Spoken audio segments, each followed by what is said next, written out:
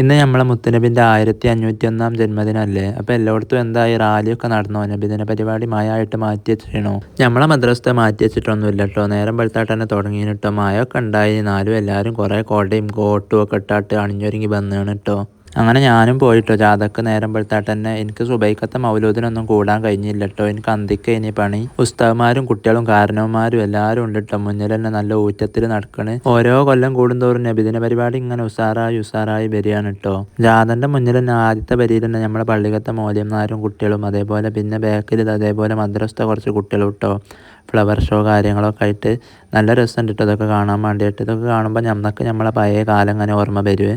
മയക്കൊന്നും നമ്മളെ തളർത്താൻ കഴിയൂല അറിഞ്ഞാട്ട് ദഫുട്ടികളൊക്കെ മുന്നിൽ തന്നെ നല്ല ഊറ്റത്തിൽ ഊക്കിൽ കൊട്ടി നടക്കുന്നുണ്ട് കേട്ടോ. പിന്നെ നാട്ടിലത്തെ വയസ്സായ ആൾക്കാരൊക്കെ ഉണ്ട് കേട്ടോ ജാഥയിൽ. ഓലൊക്കെ നമുക്കൊരു മാതൃകയാണ്. കാരണം എത്ര മഴ ചെയ്തിട്ട് ഓലൊക്കെ ഈ കൊടിയും പിടിച്ചാട്ട് വരുന്നുണ്ടല്ലോ ജാഥക്ക്. നബിനോടുള്ള സ്നേഹം കൊണ്ട് എല്ലാവരും ഇങ്ങോട്ട് പോരുന്നെ ജാഥക്ക്. മായയും വെയിലും ഒക്കെ അവഗണിച്ചാട്ട്. ഇനിയിപ്പോൾ ഉച്ചക്ക് ഒരു മൗലൂദ് കഴിഞ്ഞാട്ട് മദ്രസിന് ഒരു ചോറ്റുംപൊതി കൊടുക്കലും കൂടി ഉണ്ടാവും. അവൻ കൂടി കിട്ടുമ്പോൾ എല്ലാവർക്കും നല്ല ഊറ്റാവും.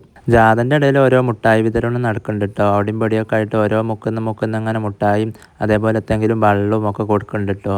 മക്കളെ കയ്യിലൊക്കെ ഓരോരോ കീസ് ഉണ്ട് കേട്ടോ. എല്ലാവരുടെ കീസിലും മുട്ടായിയാണ്. അതിനൊക്കെ ഇനിയിപ്പോൾ എന്താ മതിയാവും. വലിയൊരുനാളും വെള്ളിയാഴ്ചയായി വരും. നാട്ടിലത്തെ സജീവ പ്രവർത്തകരെല്ലാവരും ഉണ്ട് കേട്ടോ നമ്മളെ ജാഥയിൽ. ജാഥ വിജയിപ്പിക്കണതിൽ മെയിൻ ആൾക്കാരാട്ടോ ഇവലൊക്കെ. ഇതാണ് കേട്ടോ നമ്മളെ ബാവക്ക് എല്ലാ കൊല്ലവും എത്തെങ്കിലും ഒരു വെറൈറ്റി ഉണ്ടാവും കേട്ടോ. ഭാവി മസറ് പോലെ എല്ലാവരും കൂടിയായിട്ട് ദച്ചേക്കത്ത് ചെറിയ മൈക്കോടുന്നോ സംഘടിപ്പിച്ച് പാട്ടൊക്കെ പാടുന്നുണ്ട്.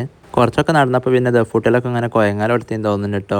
ഒക്കെ ചെറിയ മക്കളാണ് കേട്ടോ. പണ്ട് നമ്മളൊക്കെ പോകണമെന്ന് കുറച്ച് വലിയ കുട്ടികളൊക്കെ ഉണ്ടായിന് മദ്രസയിൽ. ഇപ്പം ചെറിയ കുട്ടികളാട്ടോ. പിന്നെ ഈ നോട്ടുമാരെ കിട്ടുമ്പോൾ അതിലേക്ക് ഭയങ്കര ഊറ്റാട്ടോ. അങ്ങനെ നടന്ന് അങ്ങാടിയിൽ ജാഥ എത്തിയപ്പോൾ അങ്ങാടിയത്തെ മദ്രസത്തെ ജാഥയും കണ്ടിട്ടോ. ഓല ജാഥയിൽ കുറേ അറബികളും അതേപോലെ എന്തൊക്കെയോ കുറേ വെറൈറ്റികളൊക്കെ ഉണ്ട് കേട്ടോ. ഫ്ലവർ ഷോയും ദഫുട്ടും അർബനമുട്ടും ഒക്കെ ഉണ്ട് കേട്ടോ. എല്ലാ മദ്രസാർക്കും ഊറ്റാൻ തന്നെ കേട്ടോ.